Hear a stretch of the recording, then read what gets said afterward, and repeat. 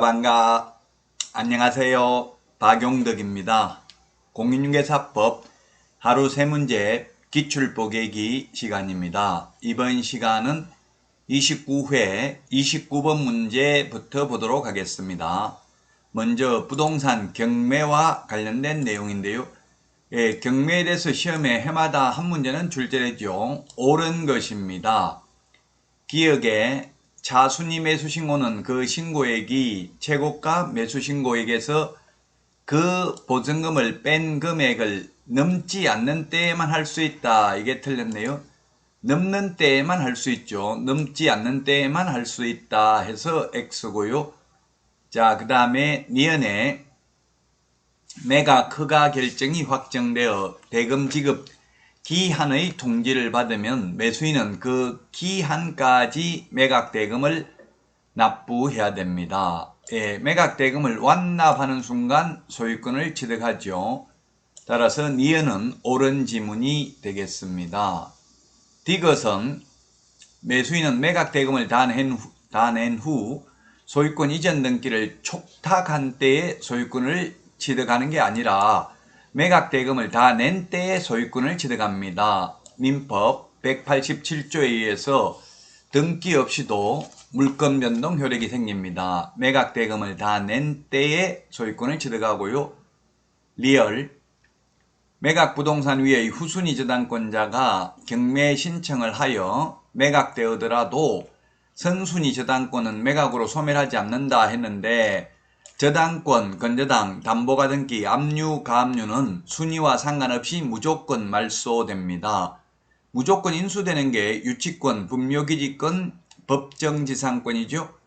자, 그리고 무조건 말소되는 것 중에서 가장 앞서 있는 권리를 말소기준권리라 하고 말소기준권리보다 앞서 있는 전세권, 임차권, 지상권, 환매등기, 가처분 등기, 소유권 이전 청구권, 보전가 등기는 인수되고 말소기준권리보다 후순위에 있는 전세권, 임차권 등은 말소됩니다.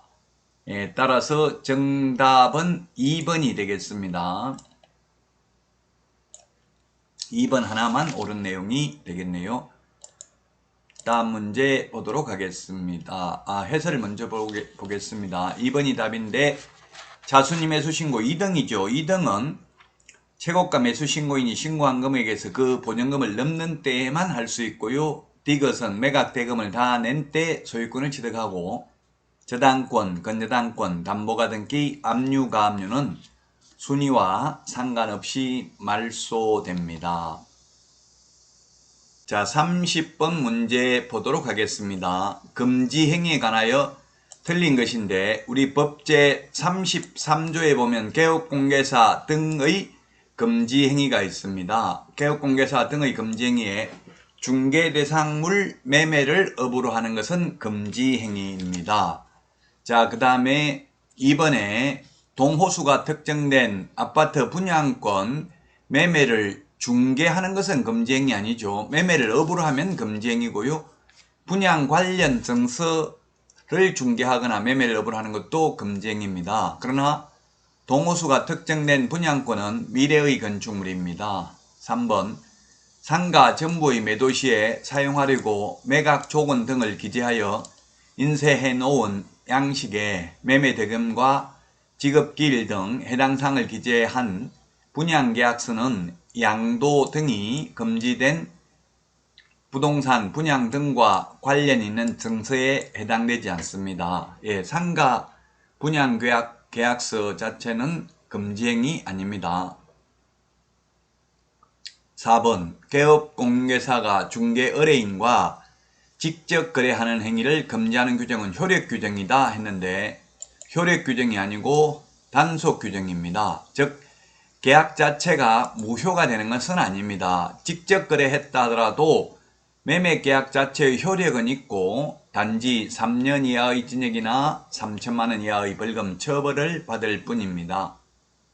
5번 탈세 등 관계법령을 위반할 목적으로 미등기 부동산의 매매를 중개하여 부동산 투기를 조장하는 행위는 금지행위에 해당된다.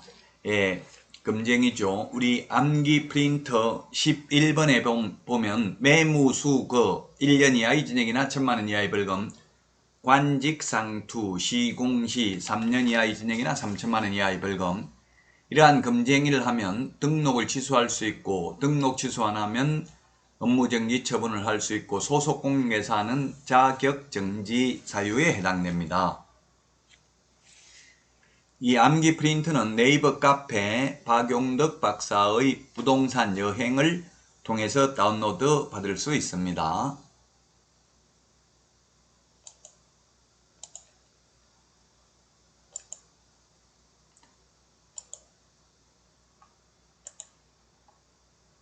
자, 4번이 정답이 되겠습니다. 직접 거래해도 계약 자체가 무효가 되는 것은 아니다. 효력 규정이 아니고 단속 규정이 되겠습니다. 다음은 31번 문제 보겠습니다. 계약서 작성에 대해서 틀린 것인데, 먼저 1번 지문, 물건의 인도일시는 계약서 필요적 기재사항입니다. 암기 프린트 9번에 인물계약금 인권조교 해서 필요적 기재사항 맞습니다. 시험에 자주 출제되고요.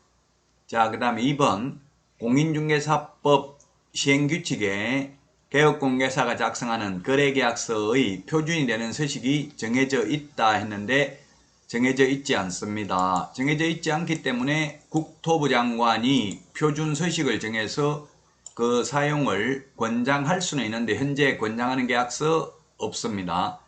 자, 법정 서식이 없는 게 거래계약서, 공동사무소 설치신고서, 중개보수 영수증, 정정신청서, 금인계약서 이런 것들은 법정 서식이 없습니다. 자, 그 다음에 3번에 확인설명서 교부일자도 계약서 필요적 기재사항입니다. 그리고 소속공인중개사가 중개행위를 한 경우 그 계약서에는 소속공인중개사와 개업공인중개사가 함께 서명 및 날인해야 됩니다. 공동중개의 경우 참여한 개업공인중개사 모두가 서명 및 날인해야 된다. 네, 계약서 확인설명서만 서명 및 날인이고 그 외의 모든 서류는 서명 또는 날인이 되겠습니다. 소속공인중개사의 경우 당해물을 수행한 경우 거래계약서와 확인설명서만 서명 및 날인하고 그 외의 모든 서류에는 소속공인중개사는 서명 또는 날인도 할 의무가 없습니다. 예를 들면 전속중개계약서 같은 데는 아예 소속공인중개사는 서명 또는 날인도 하지 않습니다.